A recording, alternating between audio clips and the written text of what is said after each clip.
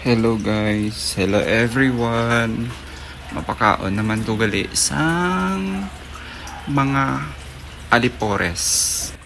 Dapat daan kung magkaon na sila bantayan, mugid na sila kay hindi na sila daan magkaon kung hindi mo pagbantayan. Talikdan mo na sila, talikdan mo na nila pagkaon nila, ya mo na sila. Kinanglan mugid na sila tulokon kay kung hindi mo na sila pagbantayan, ay nako. Hindi na nila pagtandugon. Ano pa mahimo naton kundi kita naman ma-adjust. Bali subongin early ko sila pakaon kay daw maulan daan. Kay budlay man daan magpakaon kung gainulan kay ari daan sa guwa ginapakaon.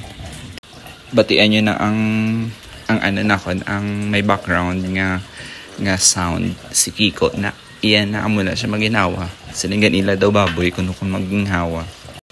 So, mayamba ko sa inyo. Sining ko nila kung magkadog, kuno kamuha muna sila ang guard dog ninyo or manugbantay sa inyo nga balay or manugbantay sa inyo. Pero nga daw nagbalis ka daw. Daw kami paya ang nagabantay sa ila. Daw grabe gid ang worry namon kung wala sila sang upod sa balay kay tungod ga problema kami kaya mo na sila lang didto. Daw parehas manabala sa imo. Nga sang una kampante pa ko nga upod ta ka. Pero gawori ko kung hindi ta ka upod. Kay basi iba na ang naupdan mo. O sus Yots daw mga.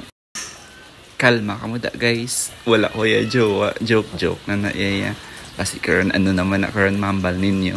Damo di daan galan tao sa akon nga mga post. Daw nagaabang malakay. Nakikichismis lang mana sila. Ambuta. Tapos chismis na nila dayon sa iba niya amo na amo to. Daw umbot lang. Daw wala guro himoon sa kabuhi nila. Basta mo na. So mo na tapos nakapakaon sa ila. Anyway.